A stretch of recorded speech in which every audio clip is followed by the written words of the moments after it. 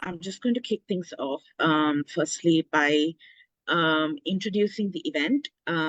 So Screen Southasia is actually a collaboration that we've been doing with Film Southasia, which is our sister organization, and we stream these documentaries every month and have a Q&A with the director. If you are joining us today, it's probably because you've been watching this month's wonderful documentary, Sramik Awaaz, or Workers' Voices. And we'll be taking you through some questions with the director over the next hour. If you do have any questions, please drop them in the chat box. And also just to note that, we've been building this small community slowly but surely. We now have over 1,000 people who receive these streaming links, and we hope to grow even more. So if you do want to support us, please do go to our patrons program on our website and support our work so that we can keep having these screenings. Without any further ado, I'm going to also introduce Chaumtoli. Chaumtoli Huq is the founder and editor of the law and media nonprofit Law at the Margins, which is focused on law and social justice. And her expertise lies in labor and employment and human rights. Chaumtoli is also an associate professor of law at the CUNY School of Law and has devoted her entire professional career to public service, focusing on issues impacting low-income New Yorkers, workers in Bangladesh, and human rights issues related to South Asia. Workers' Voice is also a collaboration between Chaumtoli and Mohammed Romel, a Dhaka-based documentary filmmaker with over a decade of experience. Chaumtoli, thank you so much for joining us.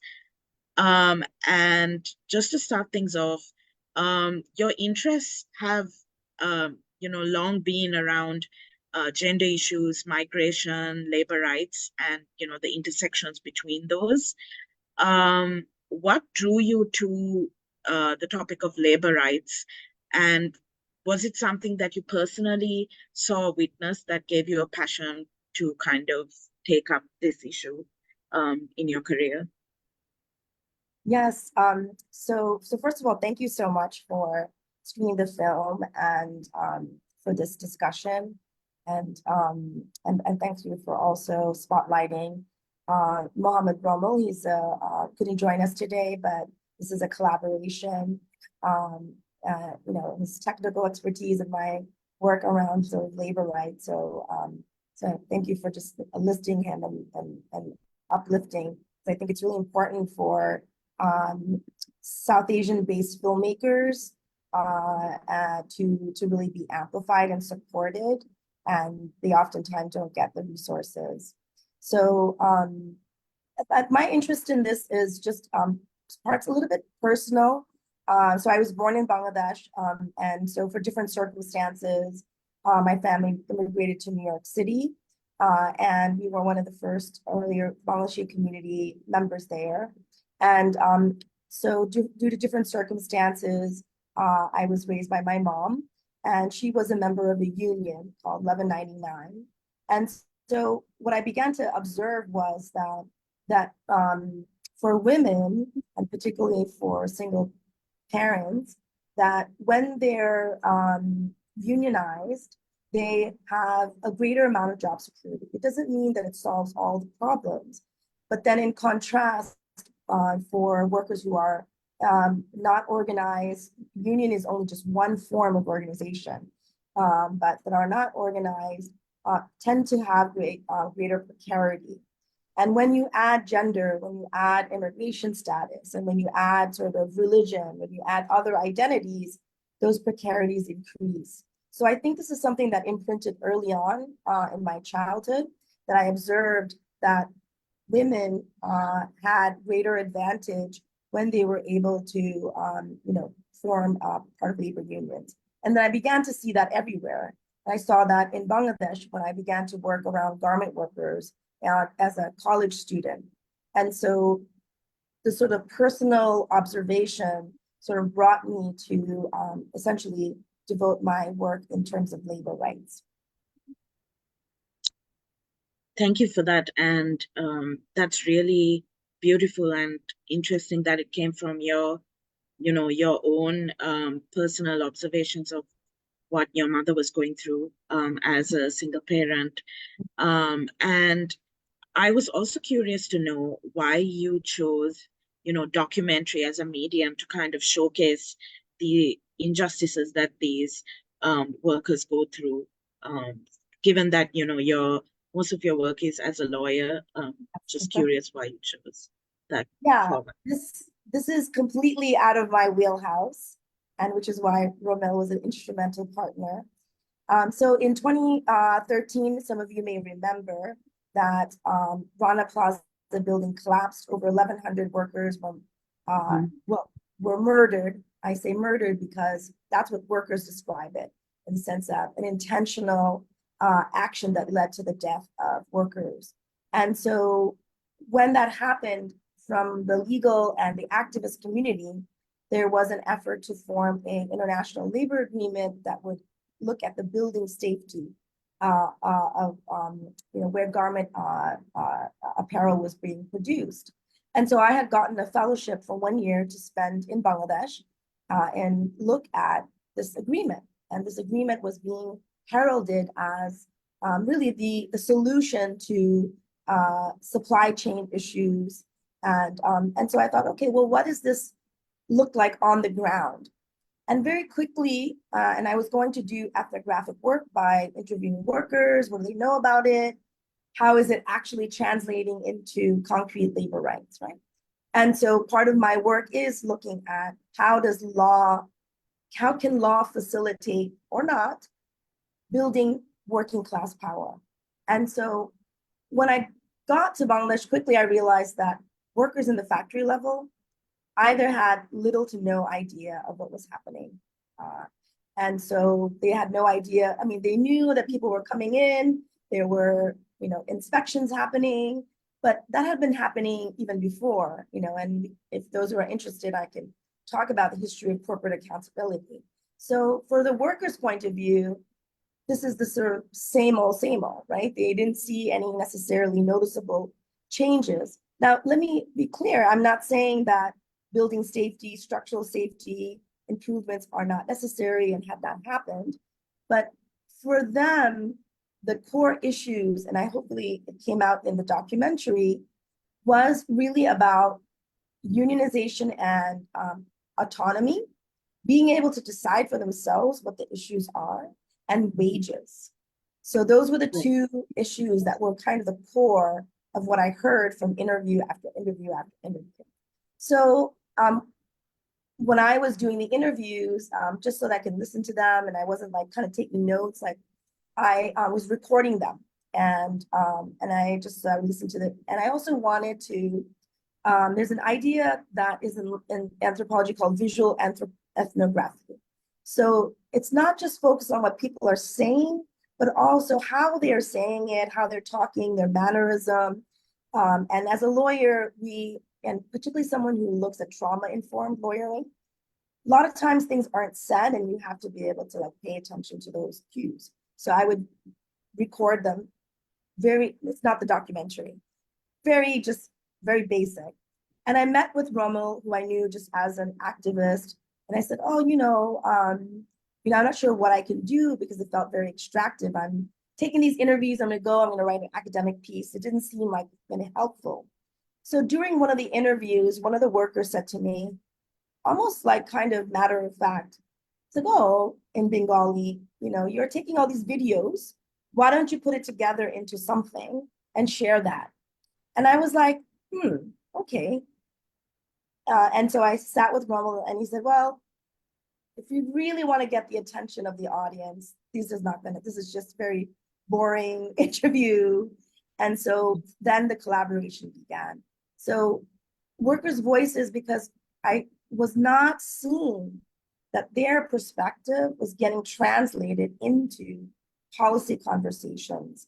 And the documentary and the visual was the best way to be able to communicate directly from workers what they want. It seemed like the medium that allowed itself to do that, because any other medium would make me the intermediary. Of course, we can talk later about the editing. As an editor, lots went out. So I know that it's not a pure voice of the worker, right? I mean, there's a certain narrative that I'm trying to kind of put forward, but it's probably closer than anything that I would write.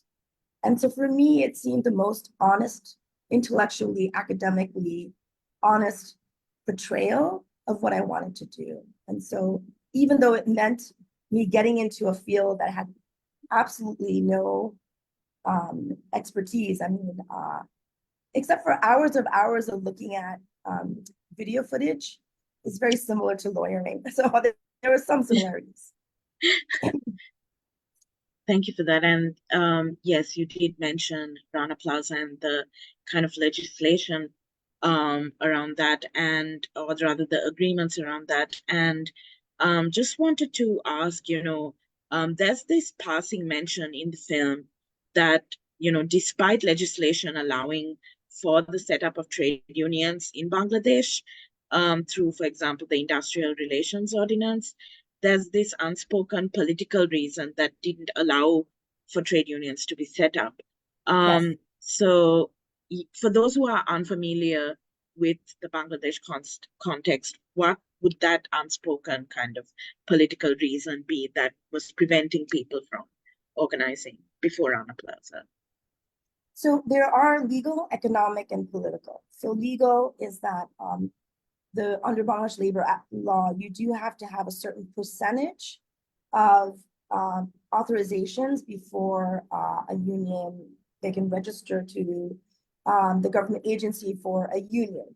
And when you have large factories that are, 10, 15,000 workers, and it was roughly about a third, that's very difficult to amass that number of authorizations. So there's a legal impediment. And then also when the worker sign an authorization, it gets submitted, and oftentimes the government agency would have the names of the workers. So there was a lot of like intimidation that would take place. The employers would know who was pro-union. This happens actually in the United States as well in different ways. And so that's one barrier. The other is the political barrier is that because the vast majority of the owners are in power as ministers and or are part of the BG, sort of the Bangladesh Garment Manufacturers Association, they're kind of the economic elite. And so it's in their interest to not allow for unionization, because that would then require them to actually negotiate regarding salary, benefits, and what have you. The economic is where I think when you look at sort of the history of the outsourcing of the garment industry, India is there as well, but Bangladesh took a path primarily dictated by international economic organizations like World Bank, that once it became newly independent, that its economic development path will be through export-oriented growth to get foreign investment. So the entire economy sort of rested on this idea of this garment industry. And so that being the case meant that it had to succeed and it had to show profits. And so the entire social structures were really oriented to that. So legal, political, economic, all sort of facilitated towards, one, entry of women into this industry for cheap labor, but also to make certain profits for the economic elite and so for Bangladesh. And so and it also served the global brands, right? And so the global brands needed to also outsource and have a disaggregated production structure. So all of these things kind of combine to make the garment industry, the apparel industry, like very much sort of center in Bangladesh, but that meant anything that impeded that, unionization would be one, would be very violently obstructed. Bangladesh has an industrial police, and the whole goal is to actually discipline and keep in line this workforce, because this profit maximization can only happen if this is a disciplined and regulated workforce. So all these three factors are kind of contribute to preventing unionization. Right. And going back to the workers themselves, I'm also curious to know, how long did you spend with them filming them, and how did you gain their trust? Because a lot of them spoke about quite, personal details of their lives whilst they were, being interviewed. Yeah. So I came here on a fellowship for about 12 months. So through my research, I began working with several unions and I began to sort of talk with them. So that was when I was just doing my research, and would go and meet with workers, meet with the leaders, meet with the plant leaders. And so it was much later into my fellowship when, I sort of began to think about, well, when I return, what am I leaving behind? What am I contributing because of the time that the organizations are giving? So I think the workers are all organizers or leaders of about 5 unions that are listed at the end of the film. And they were selected based on being elected leaders of their plant factory, and also who was sort of willing to kind of speak to me. So I think because they came through their union, and because they were union organizers themselves and leaders, I think that they understood what my project was about, and they were very much open to it. And then I think also, and this is kind of a sad part of how we do work, advocacy work, is oftentimes workers just say, oh, no one would, in Bengali, they would say, oh, sister, you came to talk to us. No one ever asked to talk to us. And so they felt, I think that sort of, we cannot underestimate how powerful it is to just to sit and be present and to say that, yes, I'm going to listen to what you're going to share. And I was actually surprised myself at the level at which workers shared the level of violence, and it was extremely difficult to listen and hear that while it's being filmed. But the actual filming only took place in the course of 3 days because of budget. So this film was made through crowdfunding, because once I decided I want to make it, I was asking friends for funds, and then we put up a crowdfunding, and Romel said, as long as you can get the costs and some labor, he'll manage to do it. So, I mean, and that's gratitude to him. And but I think because I had already been sort of working with the organizations and had been sort of really, kind of interested in what they wanted to say, I think that probably generated, a certain trust that, you're right, really is difficult to build. And the filming took place in the span of 3 days. It was like long, interviews. And once we selected a few individuals that we wanted to kind of follow, and those who were free, there's a lot of different factors. So yeah. Thank you for that. And speaking of the issues that these workers were highlighting, a major theme that many of them were discussed was sexual violence, both at the workplace through sexual harassment and at home as well. Yes. So yes, to your knowledge, how prevalent is,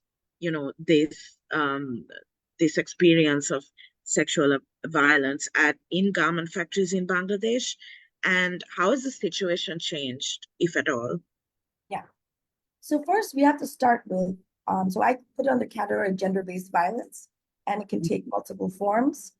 It can take place in the household, in the workplace, and as the workers going to home. But we have to first start with the whole structure of the garment industry is a form of gendered violence. Because the way that the garment industry works, the apparel industry, this is in South Asia and throughout Asia, is the extraction of cheap labor from women, right? And so from its inception, structurally, right, it's a form of violence. So I think we have to first highlight that. That's that's kind of what what the workers, particularly women, are experiencing. Now, put that structured gendered violence in a context where, like all societies around the globe that are patriarchal, then you see that all of these issues get compounded. And it is very prevalent. And that is the thing that I think the takeaway for me is how women negotiate the violence under which they live on a day-to-day basis. For example, one of the persons talked about being abused, and because her husband left her, that experience of being a survivor of domestic violence empowered her because she felt disempowered. And then when she was in the workplace, she didn't want anyone to feel that way. So she was able to link her intimate family violence with the violence at the workplace.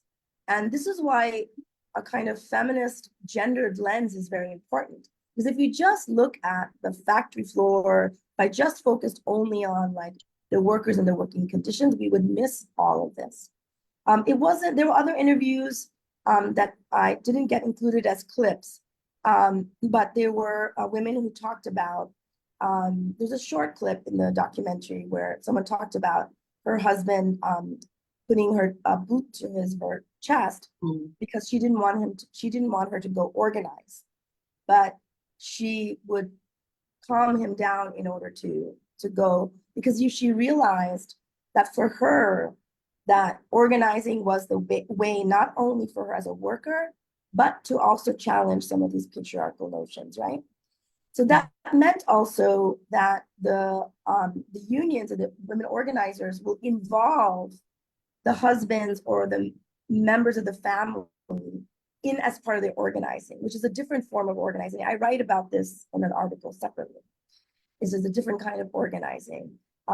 So that when a person is abusive, all the garment worker leaders would go to the household and say, in a kind of like restorative way, like stop the violence, and also trying to explain to them, look, your wife is bringing this money into the household. Why are you preventing her from doing this? So there are these kind of very interesting interventions that women workers make that I think, so it's extremely prevalent. Most recently, the statistics are high in terms of, so there's the intimate violence.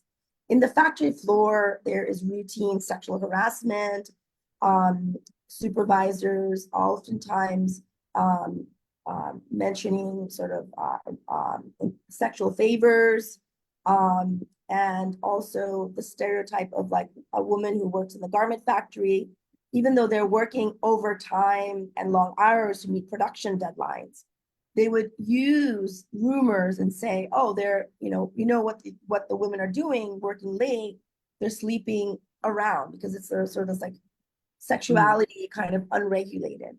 But these are all mechanisms to actually discipline and keep in control this workforce, right? And you also see that women are kept into a certain sector of the garment industry, which is the sewing, the lowest paid, and they rarely make it into the supervisory position. And so therefore, the union then becomes, even though it is patriarchal, male dominated, women, to my surprise, saw unionization as one pathway for them to gain some control over their lives. because if they became a union leader, then they had a certain level of respect because they were elected. They can use that respect in the household, and then they can use that respect to talk to the managers in a way that they wouldn't get in other aspects of their lives. And so, because sometimes I would ask women, you work all day, you also take care of household, like children, food, and then you third role as an organizer. Why would you do that? And for them, it was essential for the other two roles, right? So the kind of profound thinking and strategy that's like uncovered through the documentary is something I would never, you asked earlier why documentary. I would never be able to communicate this in an article, right? This it's can only be sort of visually narrated. And so the last thing I'll mention is that there is a historic agreement with the factory in India, because there's also supply chains where there's rampant sexual assault. And so there is a kind of gender-based violence agreement between trade unions, brands, and factories to monitor some of these gender-based violence. So hopefully we'll get more data around it, but most of the report shows that it's extremely prevalent. So in all aspects of the worker's life, intimate, the factory floor, and then commuting back and forth. Thank you for that. And that also does tie in neatly with my next question, which was going to be on the targeting of union leaders, including being, dismissed from their workplaces and subject to intimidation. I think you've already partly answered this, which was on how union leaders circumvent the repression that is being meted out by companies and on occasion the state as well. Yes. But yeah, if you have any additional insight on that aspect. The only other thing I would just mention is that garment workers or women are, they're nice to promote women's empowerment when women are not organized, right? But you see that the state and the police have no problem brutalizing women workers when they organize. And so there's another kind of gendered violence, right? Which is through in a response to organizing. And so you might know, and some of the women would say, even if I will die, when I was first interviewing folks, it was like kind of shocking, right? Even if I will die, that's okay, right? There was like this very dramatic language, but it was communicating the reality that if you organize against this power elite, this global corporate elite, that you will experience backlash violence, right? Because it's the state, international economy, corporations that are all sort of aligned against the worker. And so I think that that is one aspect I think we shouldn't ignore. Oftentimes when we talk about feminism, we only talk about sort of the sexual harassment but that is a form of gendered violence, right? Because the way that the industry is structured is to essentially capture cheap labor and women, right? And the reaction to that, the violence, we just see it as worker violence, but I will say that that is gendered violence, right? Because it is essentially regulating the bodies of women to not organize for greater rights. Now, the other thing I just want to mention is that when women organize, they fight for additional things beyond salary, nutrition, maternity benefits. They, other issues that are kind of what we in the labor field kind of call like sort of non-wage issues. And so the perspective that women workers bring is oftentimes broader. Thank you for that. And bringing it back to the discussion on labor protections and on Rana Plaza, which is often mentioned as this kind of seminal event. after that particular incident, there were these improvements that were made in labor protection. So I'm also curious to know what the practical impact of these measures has been. Is there material improvement after Rana Plaza, and what the current situation is, given those additional kind of measures? So one of the results of the Rana Plaza was these two global agreements. I'm going to focus on one, which is the Accord, because it's the one that the labor advocates were sort of promoting. But this agreement essentially, what it does is creates a system by which factories have to undergo inspections, structural safety, right? But if you listen to the documentary, the workers have been wanting sort of, you know, ability to unionize and higher wages. Right. Because the crack in the Rana Plaza was known on the day of workers running to work. There was another, another sort of, I think there's a bank on the first floor. And so if workers had a union, they would be able to refuse to go to work. And they were compelled to go to work because Rana Plaza happened April 24th. Towards the end of the month, there are production bonuses that workers get. So Right. structurally, it was set up so that really, if there was some union or worker or collectivity that the workers would be able to resist. So while the Accord did structural safety, it didn't actually address the root cause of the problem.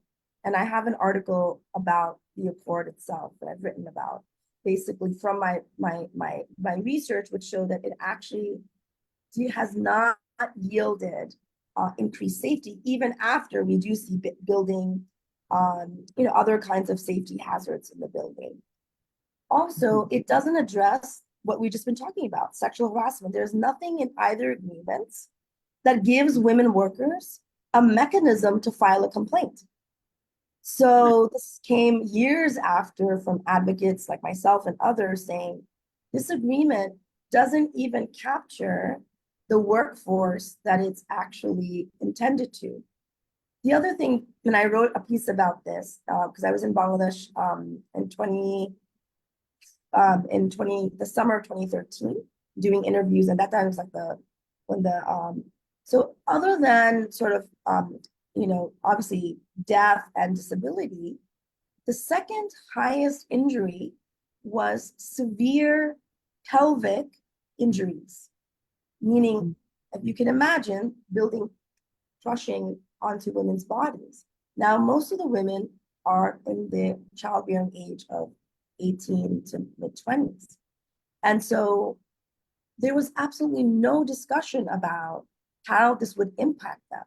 So I'm in the hospital and they're getting compensation, but they're also lamenting that, okay, now not only they're disabled, the only other thing that our capitalism sort of makes women valuable for is to have children, and they can't do that. So we had a lot of instances where women's spouses, once they realize the wife could no longer have children, is disabled, would then take the compensation and then would leave them destitute. So in short, I think it hasn't really achieved, it's a good thing to want building safety, but it hasn't really matched the needs of the workers and specifically of women workers. And so I think, that's something that we're seeing 10 years later, that the minimum wage is still very low. It was just last year that through mobilizing, the minimum wage was increased to 12,500. During Rana Plaza, it was raised once to 8,000. But that happened not because of international agreement, because the agreement dealt nothing with wages. That happened because workers organized. So the lesson learned for me, right, is that actually, if you are empowering workers to organize, they are able to actually, despite all the structural limitations, make the demands that most meets their sort of their lives. That's why in the documentary, you noticed very few talked about the accord. I didn't give them anything. I just gave them generic questions. It didn't come up. And when I asked them what needs to happen, not one said, "Oh, we need a better accord." They all said we need unions at every factory.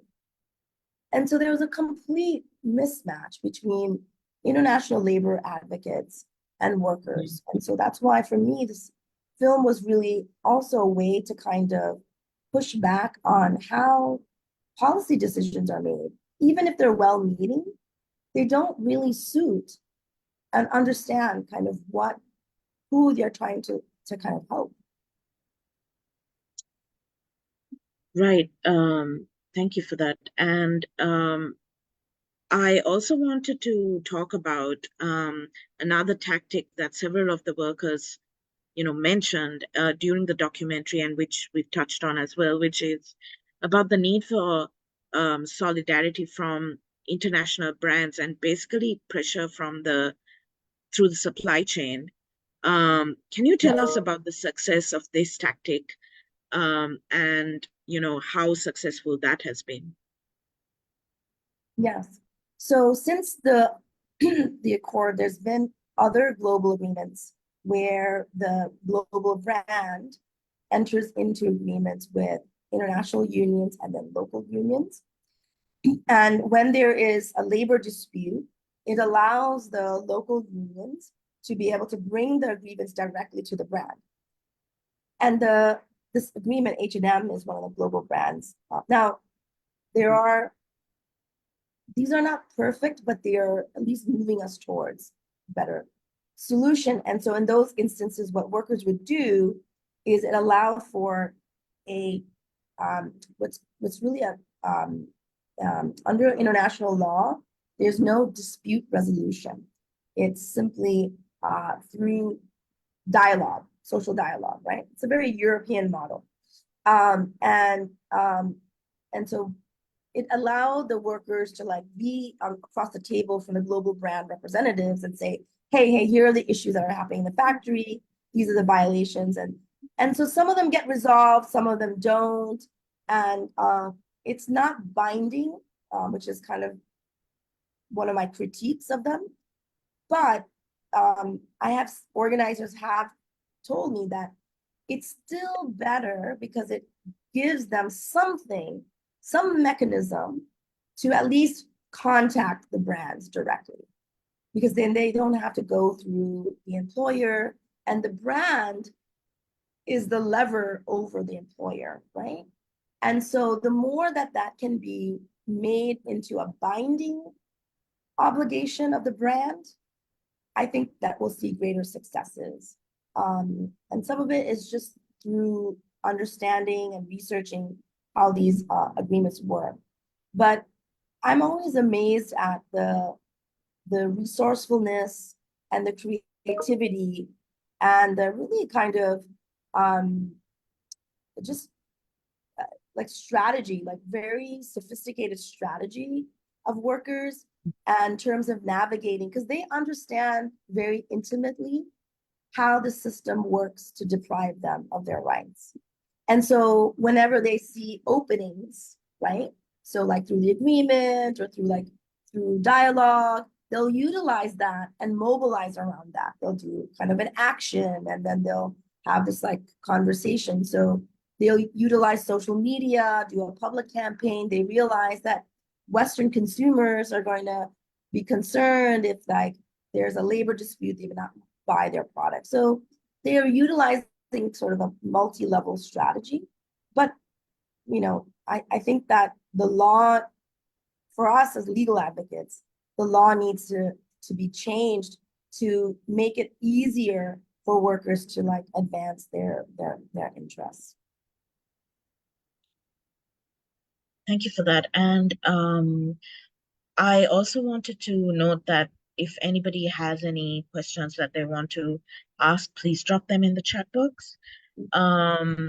And also wanted to talk about the more recent protests that happened in November 2023, Yes. which saw pushback from the state. Yeah. Yeah, can you talk a little bit about what the response was to these protests, which seem to be essentially for high wages, and Yes. how did that impact the garment workers' lives? Yeah, so the protest and the national campaign was for double the amount that what was actually the workers' board was granted. There was a national protest coordinated by a number of local unions to increase the wages of workers. So I think in the past there have been other examples. There was an increase to 8,000 from 3,500 taka to 8,000, so 8,000 to 1,200, 500, right? But, you know, this is at a time when inflation and costs are skyrocketing. So it's not meeting the cost increase. But you also have to remember that this is post-COVID.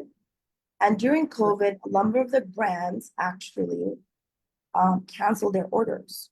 And this created a huge devastation to the industry because the entire industry rests on this receiving the orders, right? It's very much vulnerable to the market, and so this led to a lot of layoffs of workers. They led to not retrenchment, and so I think like coming to 2023, I think there was just a sense of like, this is just not sustainable. We cannot live our lives with such a paltry wage and our increased vulnerability. So it did lead to an increase, but it's far below what workers wanted. They wanted double the amount, which I mean, it is still Bangladeshi garment workers still earn the least amount. One worker, not in the documentary from my research, said, we are the minimum wage workers of the world. Meaning, even if you increased it double, brands will still make a profit. And I think that's what makes the whole structure of this industry so violent. And yeah, we've been kind of trying to talk about these improvements that have been implemented after Rana Plaza, and all these different strategies to try and improve conditions for our workers. In your opinion, what more needs to happen to allow for better working conditions? Yes, I see question from Dominique. So definitely share it. It's sad to say that this was filmed in 2015 and the conditions are still the same. I'm Okay. actually in Taka because what I want to do, I'm gonna have funding for this, is to go back to the workers or newer organizers to ask precisely this question. Because 2025 will be 10 years since the documentary would be, it was released in 2017, but it was shot in 2015. And like, what next? So I think that unless there are binding legal agreements holding corporations to account for labor violations, anything short of that is fine, but will not be successful.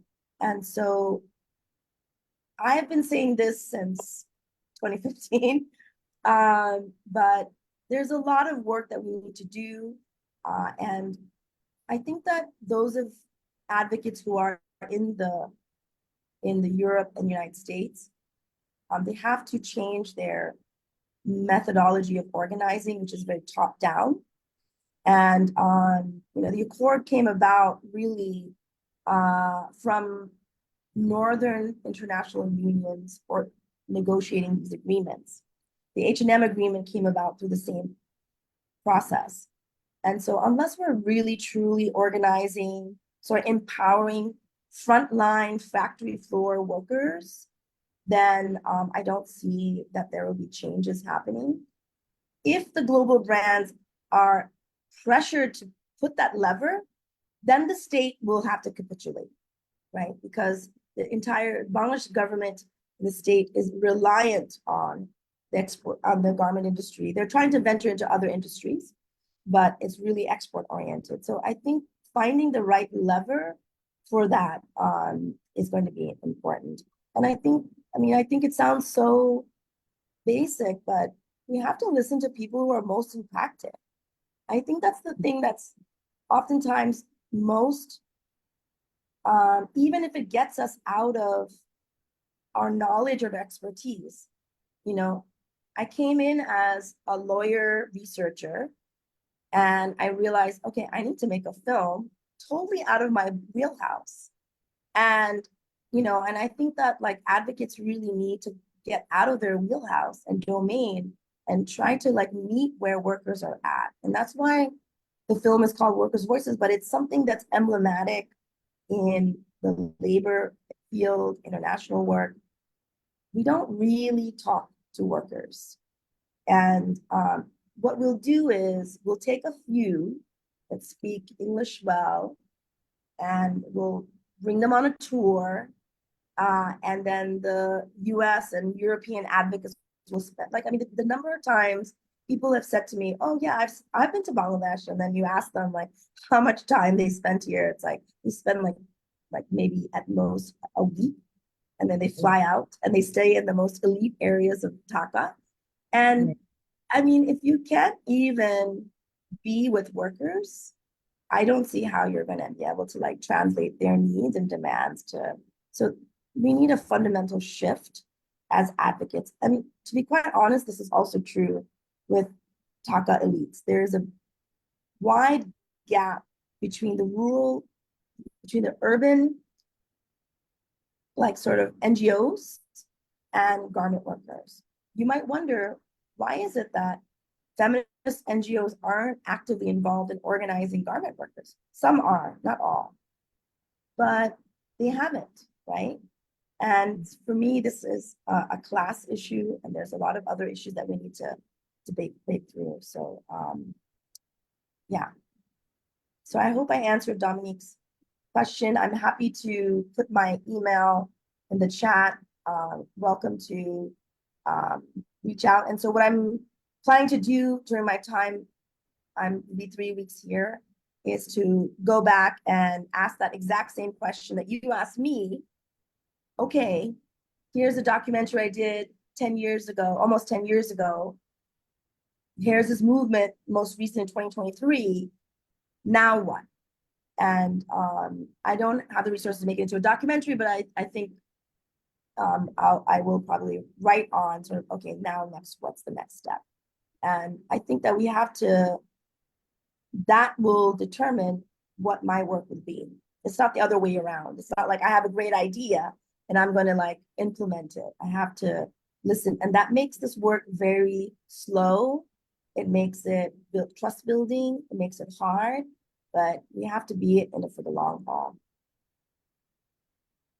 Thank you for that. And I'm also curious to know, you mentioned earlier about editing, about the editing process, and was that difficult? And what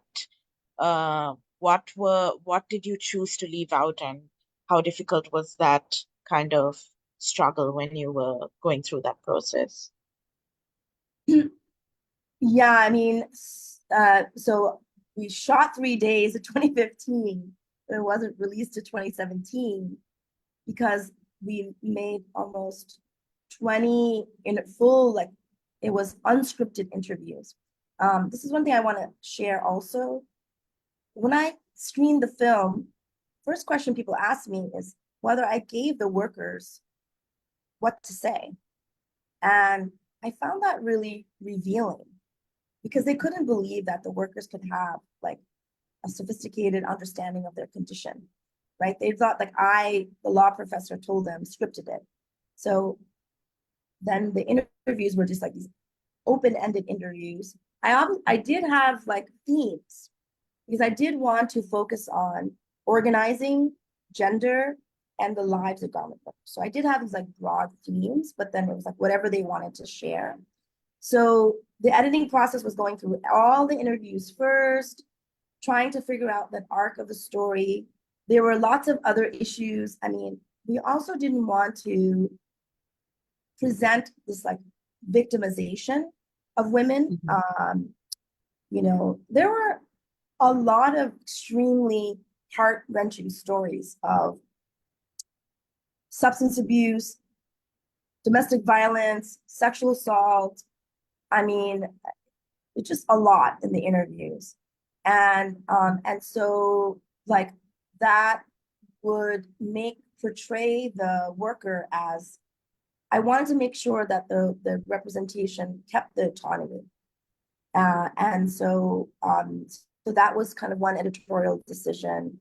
There also another editorial decision was that this is about garment workers, majority are women, but we did also interview male garment workers. So one of the workers, the interview talked about standing with his sister. He saw the struggle of garment workers as his own struggle, because the struggle for health and safety is a struggle for all workers. We didn't want to demonize sort of working class men, that, because one of the narrative about for women is like, oh, because men are Muslim, they're patriarchal, and that's why they abuse their women. And, and yes, that exists everywhere. But we wanted to we were conscious of that representation. But at the same time, we also wanted to show, there was one scene, if you remember, the husband is sleeping and the wife is like cleaning around him.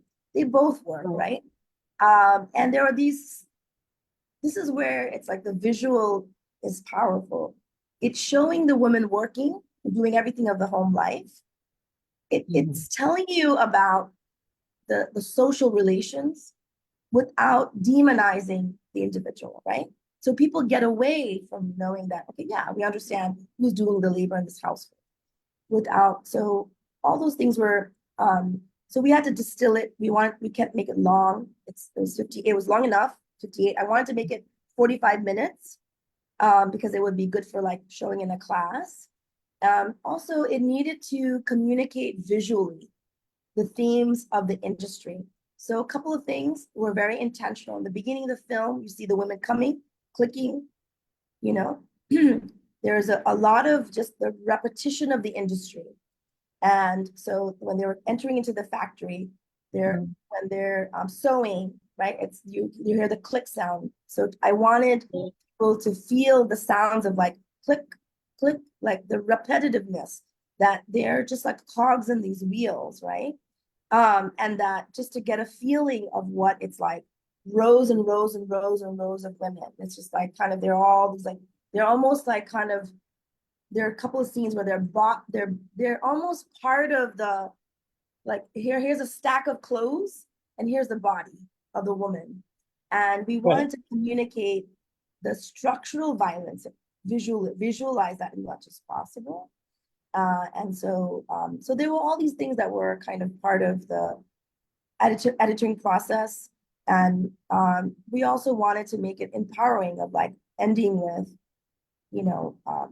what should we do next, and sort of song was, so that's the midway the film, the workers have a choir, or the sort of English version, and would have protest songs. So we also wanted to show the joyfulness of the life that that workers are organizing. So it took a lot of effort of just like going through, putting together the narrative, seeing what works, making sure that we have like an arc of the story, and we also have a point. So it was, yeah, I mean, I'm glad that I did that work, because that just goes into like, shows you how much is important and visually. And so that's where, Romel and I were able to, because he had similar alignment of views. He wasn't just like a very technical filmmaker that doesn't know the labor field. I needed someone who was going to understand the vision that I wanted to bring forward. And so that was part of it. So I have not worked on another documentary since, but I do want to work on, now I'm working with tea plantation workers. But I learned a lot from that experience. And so hopefully I will be able to, like, do this with a little bit greater, that was spontaneous. You know, I came, oh, we need to do this, crowdfunded. And now that I have a little bit of insight of how that process works, um, my next interest is to focus on the land movement and tea worker movement in Bangladesh. And so, but that will take some time because there are lots of other issues there. It's mostly uh, uh, Dalit caste, non-Muslim in a majority, and indigenous communities. And so representation as someone who is Bengali, also lives abroad, but Bengali Muslim, there's a lot of things that, so I'm been building relationships with organizers to build trust. That's going to take a longer time. Thank you. And yeah, that did tie into my last question, which was what your work, your future projects were going to be. And we look forward to that and seeing the results of that efforts, especially on, tea workers and land rights, both issues that are also very pertinent to Sri Lanka as well, Yes, and across the region. So we look forward to following your work and hopefully seeing you again in a future edition. yes, And thank you so much for your time, Chaumtoli, and for yeah, taking us through your documentary and talking through the themes that you've highlighted on worker rights organizing and the structural violence that is kind of embedded in Bangladesh's garment industry. And thank you to everyone else for listening. Um, and on that note, I guess I'll wish you all a good evening or good morning, wherever you're based. yes. And thank you for listening. Thank you.